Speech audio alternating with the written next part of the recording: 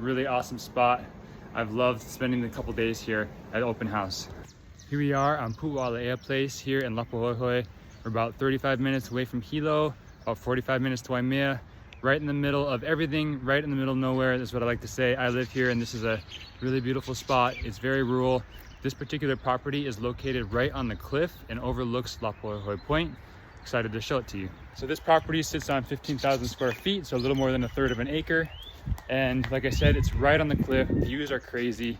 When you first walk in, you'll notice that there's a drive-through driveway, which I love. It's really convenient. You got this carport that's covered, and then access to your kitchen here. Right off the driveway, you have this beautiful lanai. Plenty of space here. There's seating, there's a hammock, and off to the right here, you've got your citrus trees, avocado trees, nice big yard where you've got some garden space actually over here. See, they have some planters that they had at one point.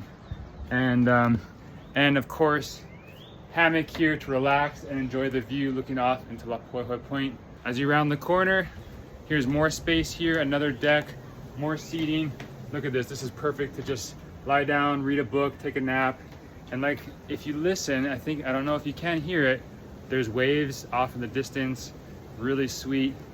Each one of the bedrooms here has its own access to the lanai, so that's a really good feature as well.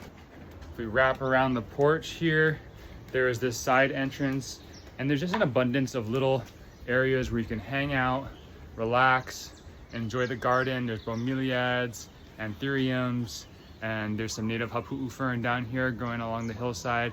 Really cool. Because the lanai and the view is basically the main event, I'm gonna enter here through the lanai into the living room, and you'll see we've got raised ceilings, open beam, pine, and then the side, the paneling is redwood. Very clean with the lighting. Epic. This house was built in 1970, so you know, classic for the time is that wood paneling that you see. This house does have some more modern upgrades with the quartz countertops and newer cabinets here. So, you know, a little bit of a fresher look. And I really love this particular piece here. It's made out of maybe driftwood, I'm not sure, some element of roots. Really cool. And when you're sitting here doing some work, prepping food, hanging out on this counter space, you look right out the ocean. I know it's hard to see with the lighting, but it's amazing. Here is our access to the carport. Very convenient, getting your groceries, bringing them right in into your refrigerator. You're looking out at the ocean again from this particular spot. And then you've got all this prep space here for cooking. It is not a large kitchen or an extremely large home, but the big open views really makes it feel bigger. I know that you can't really see because of the light, but let's head out the window here, and you'll see that the view is actually epic from that particular countertop. And like I said, you've got this living space here all along the deck. You can nap, read, hang out. From the kitchen and living room, you have this little hallway here with a bathroom, tile, and also upgraded vanities and countertops here, and a tiled shower enclosure. From the guest bathroom, you've got two bedrooms here, one there, and then you've got the primary in the back. So this first guest bedroom, just like all the other rooms, has access to the lanai, and as you can see, a beautiful view. We'll see if we can get this with the lighting. Epic. Very clean. Some people, the redwood paneling is just too much. So I think what the idea here was to clean it up a little bit. Just put a little bit of white paint on it. It gives it more of that drywall, modern feel, and tones down the wood tones. From the first guest bedroom, you've got the primary here on the side. I'm gonna save the other room for last because that's my favorite. You'll notice that there is plywood here. Most likely there was canec at one point, which is a byproduct of the sugarcane industry. And to remove that and have plywood at the top is a really good upgrade, because that canec, if it's not in good shape, it can pose some health risks. Here in the master, you have a little convenient bathroom, And this is also a sign of the times. Must have been a fudo at some point. It's about 1.5 feet, 2 feet up from the bottom. It is small, but you know, if you want a little private shower, there it is. One thing that I love about the primary is you've got these French doors, and you can open both of them up and then here you are on your own kind of private lanai space looking out towards the garden. Heading from the primary to my favorite room.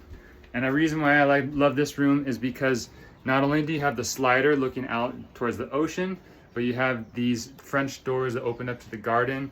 So you kind of have this whole corner opens up to where you really feel like you are in the garden, and right above the ocean, you can see the waves and you can hear it coming in. So this is my favorite room.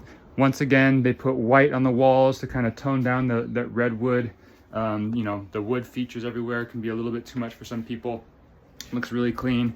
And I just love the idea of stepping outside here and taking a little nap on any one of these comfortable lanai furniture pieces out here. The attention to detail on the gardening here is really cool. They've got really nice plants. It's being taken care of really nicely, being weeded. I do love the hapu'u ferns here, and I think this is called Spanish moss, but I love this. And the classic combo is your anthurium and your hapu'u on this hillside.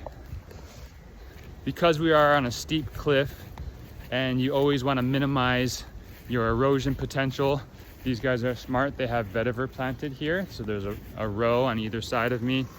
And then looking out past the fence line, you have all these bananas. There's some big racks in there.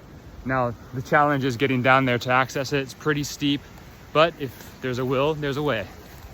Okay, I am underneath the giant avocado tree here. It's actually loaded with avocados, as you can see right here.